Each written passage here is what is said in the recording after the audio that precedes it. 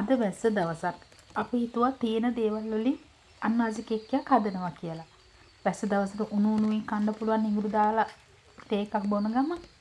ඉතින් ඔයාලටත් මෙන්න මේ දේවල් තියෙනවා නම් අපි එකතු කරගමු. අන්නාසි ගෙඩියක් තියෙනවා.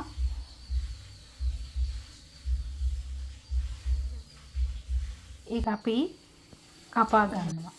ඔයාලට ඕන නම් මේ සම්පූර්ණ ගෙඩිය දාන්න පුළුවන්. මම ඉතින් හදන ප්‍රමාණය අඩු හින්දා භාගයක් දාගන්න තමයි හිතුවේ. මේ පැත්තට වෙන්න ගන්නවා. අපි දැන් මේක සුද්ධ කරගෙන පෙති කිහිපයකට කපා ගමු. පෙති ටික කපා ගන්න අපි අන්නාසි කේක් එක උඩින් දාන්න ඕන හින්දා අනිත් ටික අපි කොටුවට කපා ගන්න ඕනේ. ඉතින් ගොඩක් කාලෙකින් වීඩියෝ එකක් දාන්න බැරි වුණා. ඔයාලා අපේ වීඩියෝස් බලන්න, ලයික් කරන්න, කමෙන්ට් කරන්න, සබ්ස්ක්‍රයිබ් කරන්න. මොන හරි ප්‍රශ්නයක් තියෙනවා නම් කමෙන්ට් එකකින් කියන්න අපි ඒවට උත්තර දෙන්න. ඉතින් අර කපාගත්ත අන්නාසි පෙති ටික තැටියකට දාලා නන්ස්ටික් පෑන් එකකට දාලා ඒකට උඩින් සීනි පොඩ්ඩක් දාගන්නවා. මොකද අපි මේක චුට්ටක් කැරමල් කරගන්නවා වගේ යන්නේ.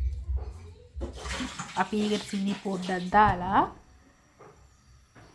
අඩු ගින්දරේ මේක දෙපැත්ත පොඩ්ඩක් ෆ්‍රයි කරගමු. අන්න ඒක ලස්සනට කැරමල් වුණාට පස්සේ දෙපැත්තම දාගන්න.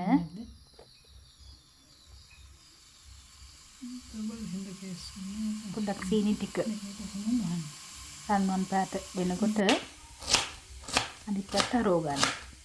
ඊට පස්සේ මෙන්න මේ අපි ඉතුරු වෙච්ච අන්නාසි භාගේ පොඩි කොටු වලට කපා ගන්න ඕනේ. අපි අර කපා ගන්න එක පාරම කපාගෙන තියාගමු.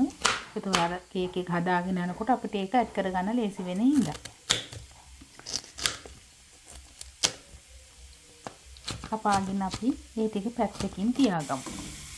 දැන් බලන්න අපි ලිපේ තියාගත්ත අන්නාසි ටික එක පැත්තක් දාගෙට කැරමල් වෙලා අපි අනිත් පැත්තත් ඒ වගේම දාගන්නවා.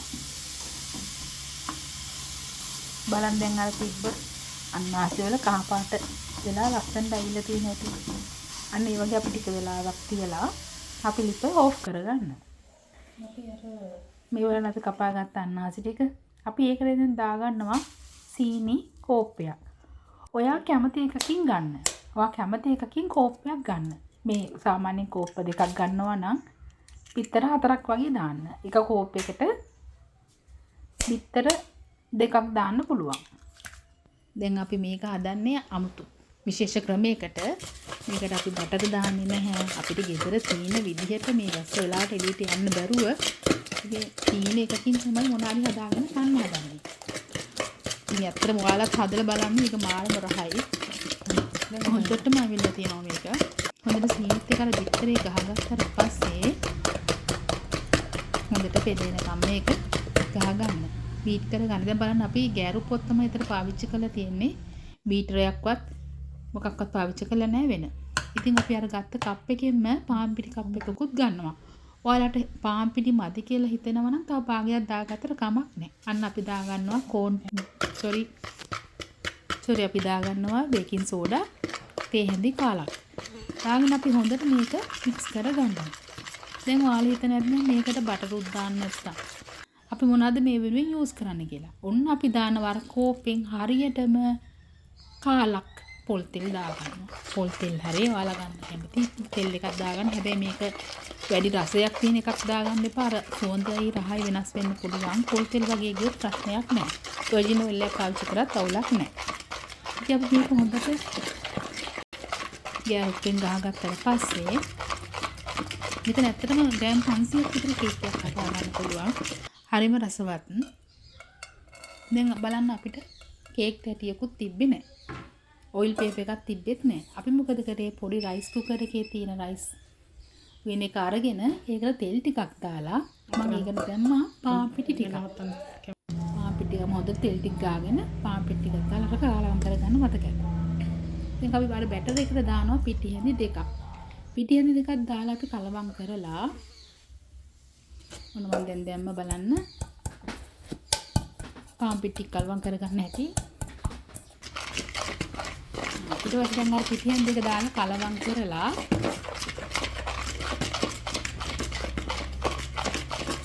අපි දැන් හොඳට ඒක පොඩ්ඩක් කරකවගෙන එකම පැත්තට ගලවන්න. ඊට පාවිච්චි කරන්න ප්‍රශ්නයක් නෑ. දැන් අපි පාවිච්චි කරලා තියෙන්නේ ගැරුප්පකින් තමයි මේක කරන්නේ. මොකද අපිට තියෙන විදිහට අපි මේ හැම දෙයක්ම හදාගන්නේ. මොකද ඕනම කෙනෙක්ට බලන්නකො ඉස්සරහට යනකොට ඔයගොල්ලන්ට මේ කේක් එක පුච්ච ගන්නත් තවත් ඉසියක් වෙනවා. අපි ලා පවන් එකක් නෑ. බලන්නකො මේක ඇත්තටම කොහොමද කරන්නේ කියලා. තුරාලට ඇත්තටම මේකට ආසයි තියෙනවා. ඊට පස්සේ අපි ගිහිල්ලා අන්නර කපාගත්ත අන්නාස් ටික අරගෙන මෙන්න මේ කේක් එකට දාගන්නවා. මෙන්න මේ මිශ්‍රණයට දාගන්නවා. දාගෙන අපි මේ මිශ්‍රණය ටිකක් හොඳින් කලවම් කරගන්න. අනේ වෙලෙ මස් කර කරනවම මේ කොනේ ඒ වෙලෙම ක්ලීන් කරගන්න. මොකද මැස්සු ඉන්නවා. මැස්සන් හරිම කරදරයක්. මේ මොදර කලවම් කරගෙන ඔයාලා මතක තියාගන්න බිත්තරේ කැඩුවත් බිත්තර කට ළඟ තියාගන්නකෝ. ඒකත් කුණු තමන් කුණු දාන තැනට ඒක දාලා දාන්න. නැත්තම් මැස්සන්ගෙන් හරිම කරදරයක්. මාමන වෙල්ලින දවසේ පොඩ්ඩක් පිළිවෙලට ඉන්න එකක් අපිට වටිනවනේ. ඉතින් ඔන්න ඔය වගේ කලවම් කරගත්ත එක නේ අපි දැන් තෙල් ගාගත්ත තැටිය තියෙනවනේ. ඔයාලට මතකයි නේද? අන්නේ තැටියට යටින් අර අන්නාසි පෙති ටික හොඳට පියා ගන්නවා. අපි අන්නාසි පෙති පහක් කැපුව මතකයි. කැරබල් කරගත්ත අන්නාසි පෙති පහක් අන්න ඒක තියා ගන්නවා. මම දවසක ඔයාලට ගැටෝ කේක් එකකුත් හදන හැටි කියලා දෙන්නම්. ඒ වගේම ගෑස් ලිපේම හදන විදිහ කියලා දෙන්නම්. දැන් ඔයාලට ඕනනම් මේක කේක් එක හැදුනාට පස්සේ විපින් ක්‍රීම් ටිකක් දාලා සරස ගන්න පුළුවන්. අපි මේ දැන් තියෙන විදිහට හදන හින්දා ඒ කිසි දෙයක් අපි දැම්මේ නැහැ. ඔන්න අපි දැන් මෙහෙම රයිස් කුකර් එකේ දාලා දැන් අපි කරන්නේ සාමාන්‍ය ලොකු හට්ටියක් අරගෙන ගෑස් එකේ තියලා ඒක පත්තු කරනවා. පත්තු කරලා ඒකට උඩින් අපි තියනවා ලිප උඩින් තියනවා දඬුවක් තියලා ඒකට උඩින් අර කේක් එක තියලා අපි ඒක හොඳ භාජනයකින් රස් දෙන්න විදියට වහනවා. හොඳට මතක තියාගන්න. මේ වහගන්න අපි රස්න යන්නේ නැති වෙන්න. හොඳට මතක තියාගන්න හරියටම පැයකින් මේ කේක් එක පිටින් ඊට ඇරලා බලන්න එපා. හරියටම පැයකින් අදින්දිර කරගත්තට පස්සේ මෙන්න මේ විදිහට හොඳට එනවා. එතකොට අපි මොකද කරන්නේ? ඉරටු කෑල්ලක් අරගෙන ගහලා බලනවා කොතනක හරි අමු ගතියක් තියනවාද කියලා. බලන්නකො අපේ කේක් එක කොතනකවත් අමු ගතියක් නැහැ.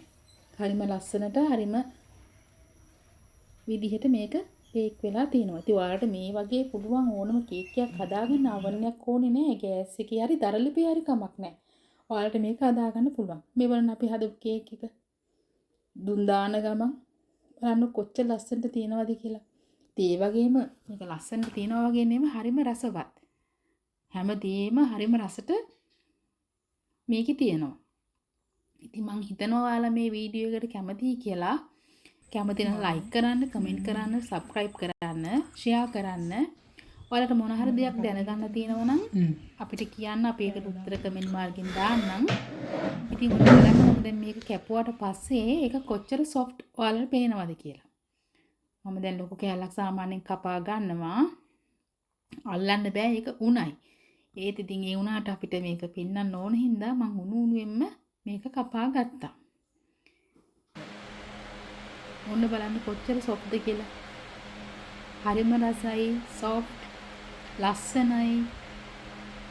ඔය හැමදේම ගානට තියෙනවා. ඉඟුරු දාපු තේ එකක් එක්ක මෙන්න මේ වගේ කේක් කෑල්ලක් රස වෙලාවට කොච්චර රසවත්ද කියලා බලන්න. එහෙනම් ඔයාලට සුබ දවසක්.